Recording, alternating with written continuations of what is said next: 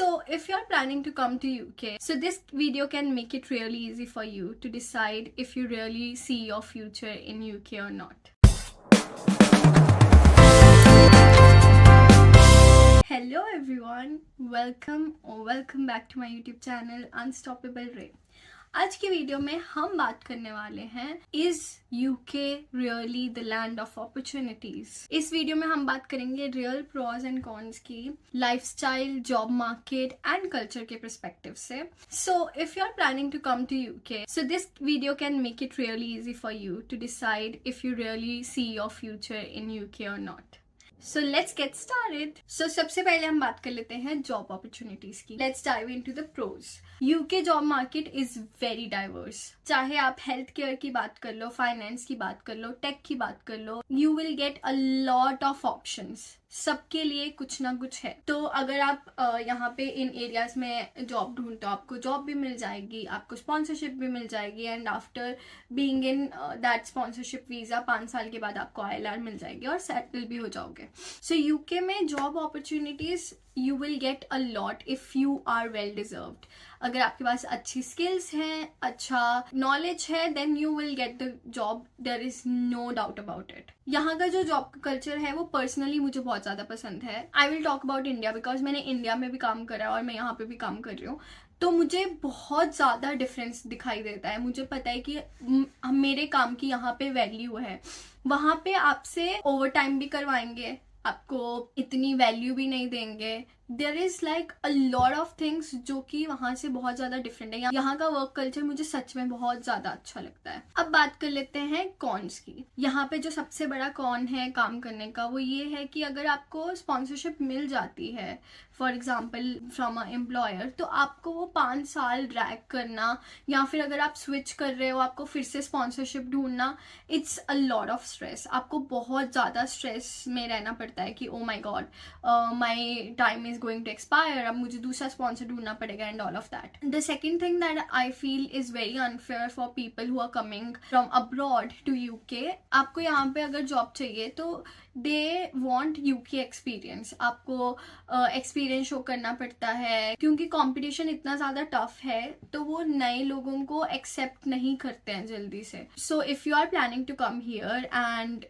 You are planning to get the job, so make sure कि आपके पास India में पहले से थोड़ा सा एक्सपीरियंस हो। That's what worked for me. मेरे पास एक्सपीरियंस था IT में and that's how I got my IT job. Interview nail करना इज ऑल्सो वेरी इंपॉर्टेंट, पर हाँ, मतलब अगर आपके पास एक्सपीरियंस है वो आपके लिए थोड़ा सा ईजियर बना देता है। अब बात कर लेते हैं हम salary, tax and cost of living की। एवरेज सैलरी जो यूके में है वो अराउंड 33K है पर ईयर, और लंदन में थोड़ी सी ज़्यादा भी मिल सकती है अगर आप लंदन रह रहे हो, क्योंकि वहाँ का कॉस्ट ऑफ लिविंग ज़्यादा है, तो वहाँ पे आपको सैलरी भी ज़्यादा मिल सकती है। आपको यहाँ पे पेड लीव्स मिलेंगी, मेटर्निटी लीव मिलेगी, सिक लीव मिलेगी, एंड ऑल्सो यहाँ पे पेरेंट लीव भी है। अगर if you are a father and you want leave तो आपको पेरेंट लीव भी दे देते हैं। आपको यहाँ पे पेड लीव्स मिलेंगी, मेटर्निटी लीव मिलेगी, which is very good as comparative to India. जैसे मैंने पहले भी बोला कि यहाँ का कल्चर काफी अच्छा है। अगर आपने 1 सेकंड भी ओवर टाइम कर रहे हो तो they will be like no go home, don't do it today.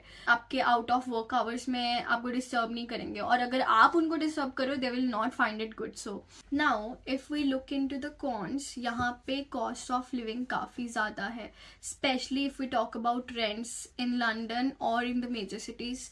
बहुत ज्यादा हाई लेवल पे कॉस्ट ऑफ लिविंग चला जाता है, specially if you are living in London. दूसरा, आई वुड से कि यहाँ पे जो टैक्स है वो आपकी सैलरी से डिडक्ट होता है। इफ यू आर अर्निंग 12,570 तो वो टैक्स फ्री है। अगर उससे ज्यादा आप अर्न कर रहे हो तो उस सैलरी पे टैक्स लगता है और आपका टैक्स डिडक्ट होता है उसके बाद से। Now let's talk about the health care system. सबसे पहले प्रोज की बात कर लेते हैं क्योंकि इसमें ज्यादा प्रोज नहीं है।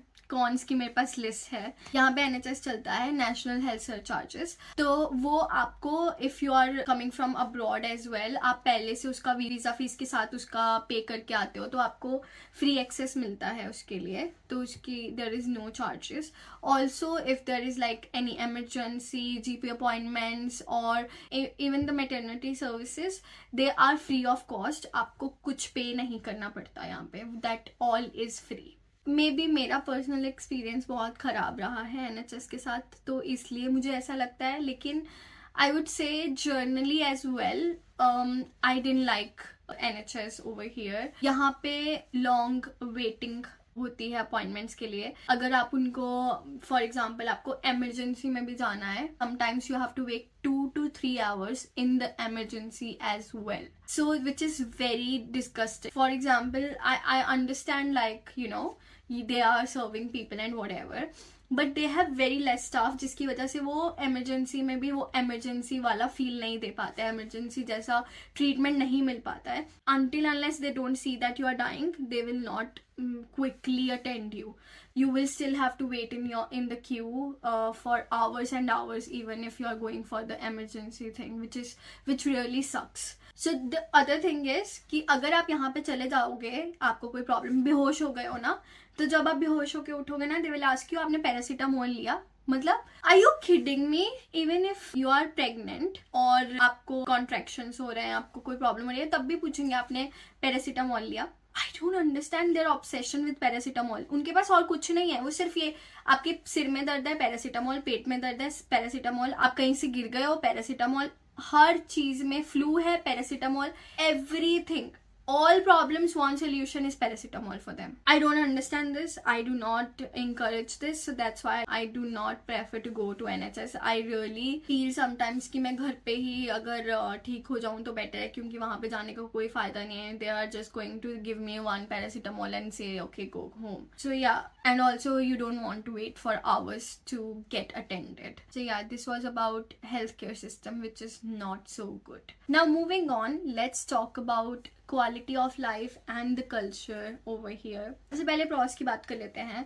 यहाँ पे आपको हर तरह के लोग मिलेंगे, चाहे वो पाकिस्तानी हैं, बांग्लादेशी हैं, इंडियंस हैं, Africans and obviously British people. तो आपको हर तरह के लोग मिलेंगे यहाँ पे. It's very diverse. यहाँ का ट्रांसपोर्ट, यूके ट्रांसपोर्ट बहुत बहुत अच्छा है. आपको ट्रैम्स, बसेस, ट्रेन्स, किसी भी चीज़ में दिक्कत नहीं आएगी. Everything is easily available, easily accessible, so that is also a plus plus. यहाँ पे बहुत कुछ मिलता है, जैसे festivals, cultural events and also different cuisines. सब कुछ मिलता है यहाँ पे, specially if you are in London और Birmingham, some big cities.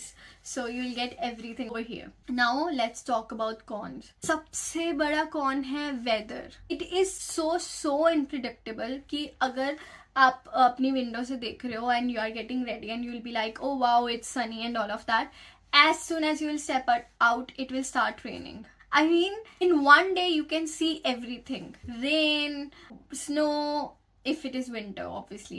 Rain, snow, sunny, everything in one day. You can see it. And it is so unpredictable. You never know what will happen in the next second. So, yeah, one thing that I don't like is the rain over here. और ज़्यादातर time यहाँ पे cloud निकला रहता है और सन के लिए आपको बहुत ज़्यादा प्रे करनी पड़ती है. प्लीज़ भगवान आज थोड़ा सा सनी दे दो. No I am kidding. So yeah, but sunny weather और यूके का ज़्यादा अच्छा कॉम्बिनेशन नहीं है. But sometimes when there is sun I really enjoy it. And another thing is housing rent करना इज़ वेरी चैलेंजिंग, क्योंकि यहाँ पे इतनी ज़्यादा डिमांड्स है हाउस की कि वो रेंट भी बहुत ज़्यादा हाई हो जाता है. अगर आप ढूंढ रहे हो घर तो रेंट भी बहुत हाई मिलेगा, घर भी कुछ इतना खास नहीं मिलेगा, शेयरिंग में मिलेगा, and you will end up not saving a lot of money because of this thing. Now let's summarise this. Pros are basically strong job opportunities, so many free access in NHS, then cultural diversity, good job environment, and job culture is very good here. The public transport is very good here, so these are the pros.